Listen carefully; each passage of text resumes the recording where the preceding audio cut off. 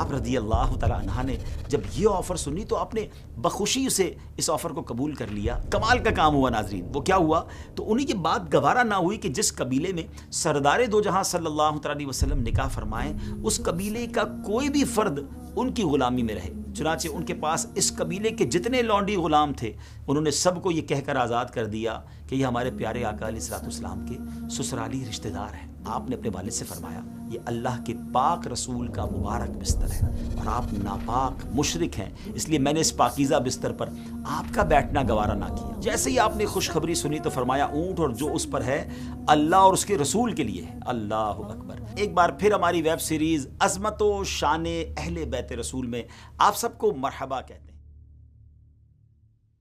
بسم اللہ الرحمن الرحیم. السلام علیکم ورحمۃ اللہ وبرکاتہ. ناظرین ایک بار پھر ہماری ویب سیریز عظمت و شان اہل بیت رسول میں آپ سب کو مرحبا کہتے ہیں. الحمدللہ عز و جل ہم الحمدللہ اہل بیت کی عظیم ہستیوں میں سے سب کا ذکر کرتے جا رہے ہیں اور ہم نے شروع میں ازواج مطہرات یعنی مومنین کی مائیں امہات المومنین کا ذکر خیر کیا.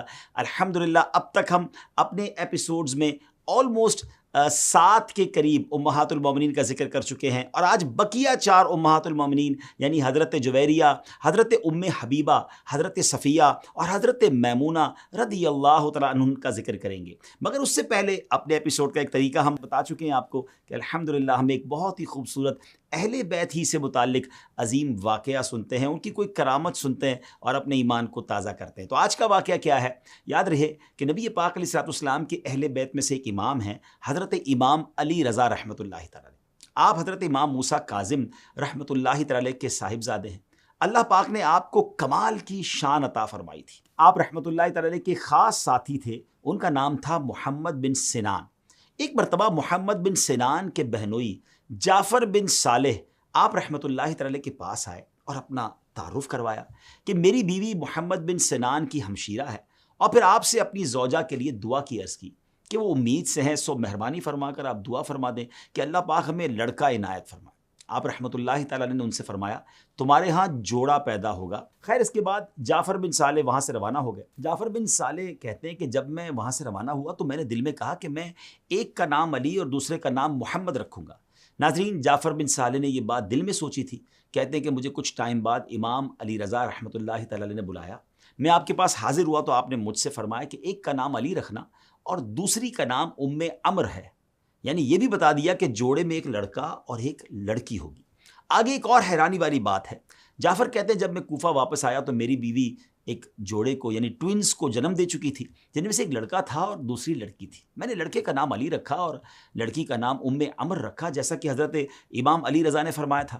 آپ کہتے ہیں میں نے اپنی والدہ سے کہا ام عمر کون تھی اور ان سے ہماری کیا نسبت ہے؟ اللہ اکبر. والدہ نے فرمایا بیٹا تمہاری دادی کا نام ام عمر تھا. یعنی اپنی دادی کا نام جعفر بن صالح کو معلوم نہیں تھا لیکن امام علی رضا رحمۃ اللہ تعالی اللہ کی عطا سے جانتے تھے. یہ شان اور یہ علم ہے جو اللہ پاک نے اپنے پیارے حبیب علیہ الصلوۃ والسلام کے اہل بیت کو عطا فرمایا. ناظرین جیسا میں نے عرض کیا کہ پچھلے ایپیسوڈ میں ہم اہل بیت اطہار میں سے 7 ازواج مطہرات کے فضائل سن چکے ہیں. آج بقیہ 4 ازواج مطہرات کے فضائل سنیں گے. سب سے پہلے جن کا ہم ذکر خیر سنیں گے وہ ہیں حضرت جویریہ رضی اللہ تعالی عنہ. آپ کا تعلق قبیلہ بنی مستلق سے تھا. پیارے آقا علیہ الصلوۃ والسلام سے نکاح سے پہلے آپ مصافع بن صفوان کے نکاح میں تھی. آپ بنی مستلق کے سردار حارث بن درار کی بیٹی تھی. حارث بن زرار انہوں نے اسلام لانے سے پہلے سن 5 ہجری میں اہل مکہ کے ساتھ مل کر مسلمانوں سے جنگ کرنے کا منصوبہ بنایا تھا. تو یہ خبر نبی پاک علیہ الصلوۃ والسلام تک پہنچ گئی. آپ علیہ الصلوۃ والسلام نے تصدیق کے لیے حضرت بریدہ رضی اللہ تعالیٰ عنہ کو قبیلہ مستلق میں بھیجا، جنہوں نے اس قبیلے میں جا کر حالات معلوم کیے اور واپس آ کر ان کے جنگ کے ارادے سے آپ علیہ الصلوۃ والسلام کو آگاہ کر دیا. پھر آپ علیہ الصلوۃ والسلام نے جنگ میں پیش قدمی کی اور کفار کے ساتھ جنگ کی. اللہ تبارک و تعالیٰ نے مسلمانوں کو اس جنگ میں فتح عطا فرمائی. جنگ کے بعد 700 سے زائد غیر مسلم جو تھے ان کو قیدی بنا لیا گیا. انہی قیدیوں میں قبیلہ بنی مستلق کے سردار حارث بن درار کی بیٹی حضرت برہ رضی اللہ تعالی عنہا بھی شامل تھی. جب مال غنیمت تقسیم ہوا تو آپ رضی اللہ تعالیٰ عنہ حضرت ثابت بن قیس اور ان کے ایک چچا زاد بھائی کے حصے میں آئیں. حضرت ثابت رضی اللہ تعالیٰ عنہ نے اپنے چچا زاد بھائی کے حصے کے بدلے انہیں مدینہ منورہ کے اپنے کھجوروں کے درخت دے دیے. اس طرح حضرت برہ اب مکمل طور پر آپ کے حصے میں آ گئی. اب چونکہ آپ ایک سردار کی بیٹی تھیں تو آپ کو غلام بن کر رہنا گوارا نہ ہوا، اس لیے آپ نے حضرت ثابت سے آزادی کا مطالبہ کیا۔ اس پر آپ رضی اللہ تعالیٰ عنہ نے انہیں 9 اوقیہ سونے پر مکاتبہ کر دیا۔ مکاتبہ اسے کہتے ہیں کہ آقا اپنے غلام سے مال کی ایک مقدار مقرر کر کے یہ کہہ دے کہ اتنا ادا کر دے تو آزاد ہے، اور غلام اسے قبول بھی کر لے۔ اب یہ غلام مکاتب ہو گیا، آپ سے مکاتبہ تو کر لیا گیا، لیکن آپ رضی اللہ تعالیٰ عنہ کے پاس اتنی بڑی رقم ادا کرنا کیسے وہ کرتی؟ وہ تو قید میں تھی یا غلامی میں تھی، تو وہ بڑا مشکل تھا آپ کے لیے۔ تو آپ پیارے آقا علیہ الصلوۃ والسلام کی بارگاہ میں حاضر ہو گئی اور اپنی پریشانی بیان کرتے ہوئے آپ سے مدد کی درخواست کی۔ پیارے آقا علیہ الصلوۃ والسلام نے آپ سے فرمایا، کیا یہ مناسب نہ ہوگا کہ میں تمہاری مکاتبت کی قیمت ادا کر کے تم سے نکاح کر لوں؟ آپ رضی اللہ تعالیٰ عنہ نے جب یہ آفر سنی تو آپ نے بخوشی سے اس آفر کو قبول کر لیا اور آپ فوری طور پر رشتے کے لیے راضی ہو گئیں۔ اس کی ایک وجہ کتابوں میں یہ بھی ملتی ہے کہ نبی کریم علیہ الصلوۃ والسلام سے نکاح سے پہلے آپ نے ایک مبارک خواب دیکھا تھا، جس کے متعلق آپ خود ارشاد فرماتی ہیں کہ میں نے خواب دیکھا کہ گویا ایک چاند مدینہ منورہ سے چلتا ہوا آ رہا ہے، حتیٰ کہ وہ میری گود میں آ گیا۔ جب نبی پاک علیہ الصلوۃ والسلام کی تشریف آوری ہوئی اور ہم قیدی ہو گئے تو مجھے اپنا خواب پورا ہونے کی امید ہو گئی۔ خیر ناظرین، یوں آقا علیہ الصلوۃ والسلام نے آپ رضی اللہ تعالیٰ عنہ کو حضرت ثابت سے خریدا اور پھر آزاد کر کے آپ رضی اللہ تعالیٰ عنہ سے نکاح فرما لیا۔ ام المومنین حضرت عائشہ صدیقہ رضی اللہ تعالیٰ عنہ نے اس نکاح کو بہت زیادہ خیر و برکت والا نکاح قرار دیا، کیونکہ پیارے آقا علیہ الصلوۃ والسلام کے آپ سے نکاح فرمانے کی خبر جب صحابہ کرام کو پہنچی، کمال کا کام ہوا ناظرین۔ وہ کیا ہوا؟ تو انہیں یہ بات گوارا نہ ہوئی کہ جس قبیلے میں سردار دو جہاں صلی اللہ تعالیٰ علیہ وسلم نکاح فرمائیں، اس قبیلے کا کوئی بھی فرد ان کی غلامی میں رہے۔ چنانچہ ان کے پاس اس قبیلے کے جتنے لونڈی غلام تھے، انہوں نے سب کو یہ کہہ کر آزاد کر دیا کہ یہ ہمارے پیارے آقا علیہ الصلوۃ والسلام کے سسرالی رشتہ دار ہیں۔ ناظرین، برہ کا معنی ہے نیک۔ نبی کریم علیہ الصلوۃ والسلام یہ نام رکھنے کو ناپسند فرماتے تھے، اس لیے اس میں اپنی تعریف ہے۔ حضرت جویریہ رضی اللہ تعالیٰ کا نام بھی برہ تھا، نبی پاک علیہ الصلوۃ والسلام نے یہ نام بدل کر جویریہ رکھا۔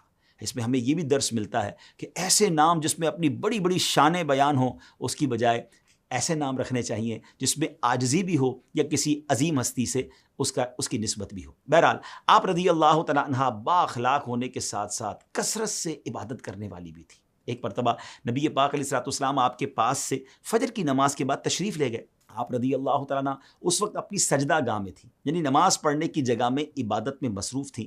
پھر سرکار چاشت کے وقت واپس تشریف لائے تو آپ اس وقت بھی اسی جگہ بیٹھی ہوئی تھی۔ یہ دیکھ کر آپ صلی اللہ تعالیٰ علیہ وسلم نے پوچھا کہ تم تب سے یہیں بیٹھی ہو جب میں تمہیں چھوڑ کر گیا تھا؟ تو آپ نے عرض کی، جی ہاں یا رسول اللہ صلی اللہ تعالیٰ علیہ وسلم۔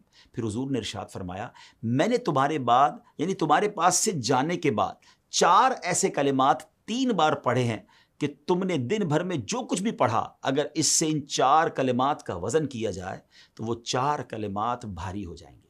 پھر پیارے آقا علیہ الصلوۃ والسلام نے وہ کلمات تعلیم فرمائے، ہم بھی آپ کو وہ کلمات بتا دیتے ہیں۔ ناظرین غور سے سن لیجئے، کتنے پیارے وظائف ہیں۔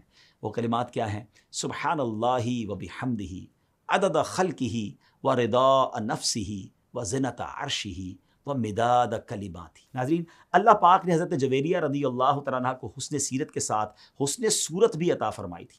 اما عائشہ صدیقہ رضی اللہ تعالیٰ عنہ فرماتی ہیں، حضرت جویریہ نہایت حسن والی عورت تھی، جو بھی انہیں دیکھتا گرویدہ ہوئے بغیر نہ رہتا۔ پیارے آقا علیہ الصلوۃ والسلام کے ظاہری پردہ فرمانے کے کم و بیش 40 سال تک آپ حیات رہیں۔ ربیع الاول 50 ہجری میں آپ نے وصال فرمایا۔ وصال کے وقت آپ کی عمر 65 برس تھی۔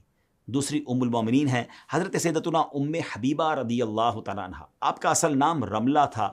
آپ حضرت امیر معاویہ رضی اللہ تعالیٰ عنہ کی بہن اور حضرت ابو سفیان رضی اللہ تعالیٰ عنہ کی صاحبزادی ہیں۔ آپ رضی اللہ تعالیٰ عنہ اسلام کے ابتدائی دنوں میں ہی ایمان لے آئی تھیں۔ آپ نے حبشہ کی طرف ہجرت بھی فرمائی۔ حبشہ ہجرت کرنے کے بعد کچھ ٹائم بعد آپ کا پہلا شوہر عبید اللہ بن جہش وہ دین اسلام سے پھر گیا، اس نے عیسائیت قبول کر لی اور مرتد ہو گیا، جس کا آپ کو بہت افسوس ہوا۔ اسلام قبول کرنے کی وجہ سے والدین کا ساتھ تو پہلے ہی چھوٹ گیا تھا، اب شوہر کا ساتھ بھی ختم ہو گیا۔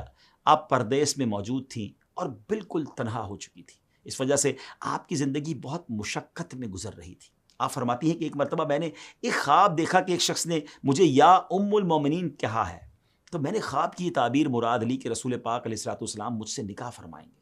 ناظرین آپ رضی اللہ تعالی عنہ نے جو تعبیر مراد لی وہ سچ ثابت ہوئی۔ اس طرح کہ جب پیارے آقا علیہ الصلوۃ والسلام کو آپ کے بارے میں پتہ چلا کہ پہلے شوہر سے علیحدگی کے بعد آپ نہایت مشقت کی زندگی بسر کر رہی ہیں، تو آپ نے حضرت عمرو بن امیہ رضی اللہ تعالیٰ عنہ کو بادشاہ حبشہ شاہ نجاشی رضی اللہ تعالیٰ عنہ کے پاس بھیجا کہ ام حبیبہ کو رسول اکرم علیہ الصلوۃ والسلام کے نکاح کا پیغام دیں۔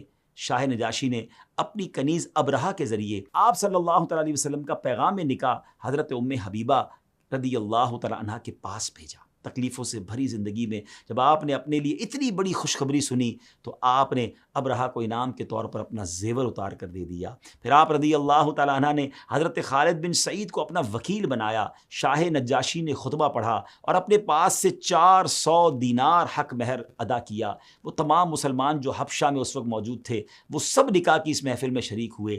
پھر شاہ نجاشی نے سب کو کھانا پیش کیا۔ یوں آپ رضی اللہ تعالیٰ عنہ کو تمام مومنین کی ماں ہونے کا اعزاز ملا۔ ناظرین، آپ رضی اللہ تعالیٰ عنہ کو اللہ پاک کی عبادت کرنے کا بہت شوق تھا۔ ایک بار آپ نے نبی کریم علیہ الصلوۃ والسلام سے سنا کہ جو شخص 12 رکعت نفل روزانہ پڑھے گا اس کے لیے جنت میں گھر بنایا جائے گا۔ چنانچہ آپ نے روزانہ 12 رکعت نفل پڑھنا شروع کر دیے۔ چلیں، ہمیں بھی یہ پتہ چل گیا ہے، ہم بھی کوشش کریں کہ نوافل پڑھتے رہا کریں۔ پہلے فرائض پڑھیں، سنتیں پابندی سے پڑھیں اور نوافل کا شوق بھی پیدا کریں۔ بہرحال آپ کے دل میں نبی پاک علیہ الصلوۃ والسلام کا بہت زیادہ ادب و احترام تھا۔ فتح مکہ سے پہلے کی بات ہے کہ ایک موقع پر آپ رضی اللہ تعالیٰ عنہ کے والد حضرت ابو سفیان، یہ واقعہ حضرت ابو سفیان کے ایمان لانے سے پہلے کا ہے، یاد رکھیے گا۔ ہوا یوں کہ آپ فتح مکہ سے پہلے کفار مکہ کی طرف سے صلح حدیبیہ کے معاہدے کی تجدید کے لیے مدینہ منورہ آئے اور اپنی بیٹی حضرت ام حبیبہ رضی اللہ تعالیٰ کے گھر پہنچے۔ گھر پہنچ کر جب آپ نبی پاک علیہ الصلوۃ والسلام کے بستر پر بیٹھنے لگے تو ام المومنین نے اپنے والد کو، جی ہاں اپنے والد حضرت ابو سفیان کو، جو اس وقت مسلمان نہیں ہوئے تھے، اس مبارک بستر پر بیٹھنے سے منع کر دیا۔ اس پر ابو سفیان نے کہا کہ بیٹی پتہ نہیں کہ تم نے اس بستر کو مجھ سے بچایا ہے یا مجھے اس بستر سے بچایا ہے۔ اس پر آپ رضی اللہ تعالیٰ عنہ نے عشق مصطفیٰ سے بھرپور بڑا ہی شاندار جواب دیا۔ آپ نے اپنے والد سے فرمایا، یہ اللہ کے پاک رسول کا مبارک بستر ہے اور آپ ناپاک مشرک ہیں، اس لیے میں نے اس پاکیزہ بستر پر آپ کا بیٹھنا گوارا نہ کیا۔ ناظرین، یہ ادب رسول ہے جو تمام رشتوں سے بالا تر ہے۔ ایک قول کے مطابق 44 ہجری میں مدینہ منورہ میں آپ رضی اللہ تعالیٰ عنہ کی وفات ہوئی اور جنت البقیع میں دیگر ازواج مطہرات کے پاس ہی آپ رضی اللہ تعالیٰ عنہ کو دفن کیا گیا۔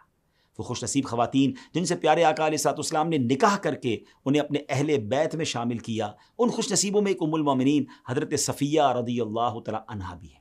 آپ یہودیوں کے قبیلے بنو نزیر کے سردار حیی بن اخطب کی بیٹی تھیں اور آپ بنی اسرائیل میں سے حضرت ہارون علیہ الصلوۃ والسلام کی اولاد میں سے ہیں۔ سن 7 ہجری میں فتح خیبر کے موقع پر آپ نے اسلام قبول کیا۔ آپ کے اسلام قبول کرنے کے بعد غزوہ خیبر سے واپسی کے سفر میں جب سواری کے لیے اونٹ قریب لایا گیا تو رسول خدا علیہ الصلوۃ والسلام نے آپ رضی اللہ تعالیٰ عنہ کو اپنے کپڑے سے پردہ کرایا اور اپنے زانوئے مبارک یعنی مبارک ران کو قریب کیا تاکہ آپ اس پر پاؤں رکھ کر اونٹ پر سوار ہو جائیں، لیکن آپ نے رسول پاک علیہ الصلوۃ والسلام کی تعظیم کے پیش نظر زانوئے مبارک پر پاؤں نہیں رکھا بلکہ گھٹنا رکھ کر سوار ہوئیں۔ یہ ادب رسول تھا جس کا آپ نے خیال رکھا۔ ناظرین، آپ رضی اللہ تعالیٰ عنہ بہت عقل مند اور بردبار خاتون تھیں۔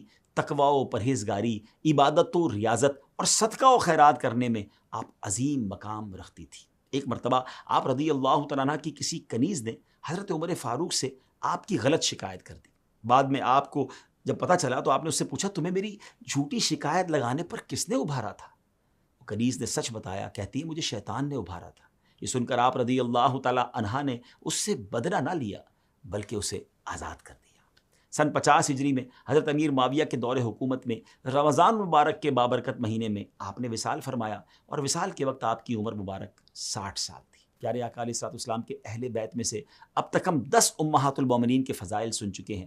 اب 11ویں ام المومنین حضرت میمونہ رضی اللہ تعالیٰ عنہا ہے۔ ناظرین، آپ کا نام بھی پہلے برہ تھا، پیارے آقا علیہ الصلوۃ والسلام نے تبدیل فرما کر میمونہ رکھا جس کا مطلب ہے مبارک۔ سن 7 ہجری ذوالقعدہ کے مہینے میں جب پیارے آقا علیہ الصلوۃ والسلام عمرے کی قضا کی ادائیگی کے لیے مکہ مکرمہ تشریف لائے تو اس موقع پر آپ کے چچا جان حضرت عباس رضی اللہ تعالیٰ عنہ کی درخواست پر پیارے آقا علیہ الصلوۃ والسلام نے آپ کو نکاح کا پیغام بھیجا۔ جب آپ کو پیارے آقا کی طرف سے پیغام نکاح ملا تو اس وقت آپ اونٹ پر سوار تھی۔ جیسے ہی آپ نے خوشخبری سنی تو فرمایا اونٹ اور جو اس پر ہے اللہ اور اس کے رسول کے لیے ہے۔ اللہ اکبر۔ ناظرین، عشق رسول، علم و حکمت، تقوی و پرہیزگاری اور شریعت کی پاسداری ام المومنین حضرت میمونہ رضی اللہ تعالیٰ عنہا کی مبارک سیرت کے نمایاں خوبیاں ہیں۔ آپ کے خوف خدا کا یہ عالم تھا کہ حضرت عائشہ صدیقہ رضی اللہ تعالیٰ عنہا فرماتی ہیں کہ حضرت میمونہ ہم میں سب سے زیادہ اللہ عز و جل سے ڈرنے والی اور صلہ رحمی کرنے والی تھی، شرعی احکام کا بہت زیادہ خیال رکھتی تھی۔ ایک مرتبہ آپ کا کوئی قریبی عزیز آپ کے پاس آیا، اس کے منہ سے شراب کی بو آ رہی تھی، جس پر آپ نے اسے فوراً شرعی عدالت میں حاضر ہو کر اعتراف جرم کرنے اور اس کی سزا پانے کا حکم دیا۔ حتیٰ کہ روایت میں ہے کہ آپ رضی اللہ تعالیٰ عنہ نے اس سے فرمایا اگر تم مسلمانوں کے پاس نہ گئے تاکہ وہ تجھے کوڑے لگائیں تو آئندہ کبھی میرے گھر نہ آنا۔ آپ رضی اللہ تعالیٰ عنہ کو یہ اعزاز بھی حاصل ہے کہ امت مسلمہ کو کئی مسائل کا حل آپ رضی اللہ تعالیٰ عنہ کے ذریعے سے ملا ہے، جن میں سے ایک مسئلہ حالت احرام میں نکاح کرنے کا ہے۔ چونکہ نبی پاک علیہ الصلوۃ والسلام نے جس وقت آپ سے نکاح فرمایا اس وقت آپ حالت احرام میں تھے۔ حکمت و دانائی اور فہم و فراست میں بھی آپ کو کمال حاصل تھا۔ ایک مرتبہ سفر حج کے موقع پر صحابہ کرام کو یوم عرفہ یعنی 9 ذوالحجہ کے روزے کے بارے میں شک ہوا کہ نبی پاک علیہ الصلوۃ والسلام روزے سے ہیں یا نہیں۔ جب ام المومنین کو صحابہ کی اس کنفیوژن کے بارے میں پتہ چلا تو آپ نے پیارے آقا علیہ الصلوۃ والسلام کی خدمت اقدس میں دودھ کا پیالہ بھیجا۔ آپ نے دودھ نوش فرما لیا اور اس طرح صحابہ کرام علیہم رضوان کو معلوم ہو گیا کہ سرکار دو عالم صلی اللہ تعالی علیہ وآلہ وسلم اس دن روزے سے نہیں ہیں۔ ناظرین، آپ رضی اللہ تعالی عنہا کو چند خصوصیات بھی حاصل ہیں۔ ان میں سے ایک یہ ہے کہ آپ پیارے آقا کی سب سے آخری زوجہ مطہرہ ہیں۔ آپ ان ازواج میں سے ہیں جنہوں نے خود کو آپ علیہ الصلوۃ والسلام کے لیے ہبہ کر دیا تھا۔ پیارے آقا علیہ الصلوۃ والسلام نے آپ سے حالت احرام میں نکاح فرمایا اور آپ ان 4 بہنوں میں سے ایک ہیں جنہیں سید عالم علیہ الصلوۃ والسلام نے الاخوات المؤمنات یعنی مومنین بہنیں اس خطاب سے نوازا تھا۔ یہ مبارک 4 بہنیں کون تھیں جنہیں پیارے آقا علیہ الصلوۃ والسلام نے یہ لقب سے نوازا تھا؟ ام المومنین حضرت میمونہ، ام فضل حضرت لبابہ بنت حارث، حضرت سلمہ بنت امیس اور حضرت اسماء بنت امیس رضی اللہ تعالی عنہم۔ ناظرین، آپ کو یہ خصوصیت بھی حاصل ہے کہ سرکار دو عالم علیہ الصلوۃ والسلام نے مقام صرف میں آپ رضی اللہ تعالی عنہا سے نکاح فرمایا، اسی مقام پر رسم عروسی ادا فرمائی، پھر اسی مقام پر آپ کا انتقال ہوا اور اسی مقام پر آپ کی مبارک تربت یعنی قبر بنی۔ اللہ اکبر۔ آپ نے 51 ہجری میں انتقال فرمایا۔ جب مرض وفات نے شدت اختیار کی تو آپ نے فرمایا کہ مجھے مکے سے باہر لے جاؤ، کیونکہ نبی پاک علیہ الصلوۃ والسلام نے مجھے بتایا تھا کہ میرا انتقال مکے میں نہیں ہوگا۔ چنانچہ آپ رضی اللہ تعالیٰ عنہ کو مکہ شریف سے باہر مقام صرف میں اس درخت کے پاس لایا گیا جہاں آپ نکاح کے بعد رخصت ہو کر آئی تھیں، تو اسی مقام پر پہنچ کر آپ کا انتقال ہو گیا۔ آپ کا مزار مبارک بھی اسی مقام پر واقع ہے۔ جی ہاں، سبحان اللہ، مکہ مکرمہ سے 17 کلومیٹر دور یہ جگہ آج کل نواریہ کے نام سے مشہور ہے۔ آپ اسکرین پر مزار مبارک کا منظر دیکھ رہے ہوں گے کہ یہ مزار بالکل سڑک کے بیچ میں ہے، اور لوگوں کو کہنا ہے کہ سڑک کی تعمیر کے لیے اس مزار کو شہید کرنے کی کوشش کی گئی، تو جو ٹریکٹر وغیرہ تھے یا جو چیزیں وہاں پر یوں سمجھے کہ زمین کو کھودنے کے لیے ہوتی ہیں وہ الٹ جاتے تھے۔ پھر اب یہاں 4 دیواری بنا دی گئی، روڈ کو کرو کر دیا گیا ہے، مگر آپ کا مزار اب بھی باقی ہے اور یہ آپ کی کرامت ہے۔ اسی کے ساتھ ناظرین، ہمارے پیارے آقا علیہ الصلوۃ والسلام کے اہل بیت سے آج امہات المومنین کا ٹاپک ہمارا کمپلیٹ ہوا۔ اگر جنہوں نے اب تک ہماری پچھلی ایپیسوڈز نہیں دیکھیں تو ٹوٹل پچھلی ایپیسوڈز دیکھیں تو تمام امہات المومنین کا ذکر خیر آپ سن لیں گے۔ انشاءاللہ اگلے ایپیسوڈ میں، اگلی قسطوں میں ہم نبی پاک علیہ الصلوۃ والسلام کی مبارک اولاد کے بارے میں سنیں گے، پنجتن پاک کی عظیم ہستیوں کا ذکر ہوگا اور بہت کچھ سیکھنے کو ملے گا۔ ہمیشہ کی طرح اپنے اس پروگرام کو اینڈ کرنے سے پہلے نبی پاک علیہ الصلوۃ والسلام کے اہل بیت میں سے کسی عظیم ہستی کا کوئی زبردست کال سنتے ہیں۔ امام جواد رحمۃ اللہ تعالی کا حکمت بھرا فرمان سنیے۔ آپ فرماتے ہیں، جب کسی پر اللہ تعالیٰ کی نعمتیں زیادہ ہو جائیں تو اس کی طرف لوگوں کی حاجات زیادہ ہو جاتی ہیں۔ جو شخص یہ مشقتیں برداشت نہ کرے وہ نعمتوں کے زوال کا آغاز کرتا ہے۔ بڑی گہری بات ہے ناظرین، اور ایسا ہوتا ہے کہ جب آپ پر نعمتیں بڑھتی ہیں نا، مال بڑھتا ہے، عزت بڑھتی ہے، مقام بڑھتا ہے، تو لوگ بھی فالو کرتے ہیں، لوگ آتے ہیں اپنی مشکلات لے کر۔ تو اب اللہ نے اگر مقام دیا ہے، مال دیا ہے، تو اپنی استطاعت کے مطابق لوگوں کی مدد کرنی چاہیے، ورنہ یہ جملہ کیسا ہے کہ پھر وہ نعمتوں کے زوال کا آغاز کرتا ہے۔ وہ بندے نعمتیں بڑھتی جائیں اور میں کسی کو کچھ نہ دوں، کوئی ہیلپ نہ کروں، تو پھر غور کر لے کہ کیا پتہ جو مجھے مل رہا ہے وہ کسی کی دعاؤں کے سبب یا کسی کی مدد کے لیے مل رہا ہے۔ اللہ کرے کہ یہ بات ہمیں سمجھ آ جائے اور ہم اپنے مسلمان بھائیوں کی مدد کرنے والے بنیں۔ اللہ کریم ہم سب کو اہل بیت کی سچی غلامی نصیب فرمائے۔ اپنی دعاؤں میں یاد رکھیے گا۔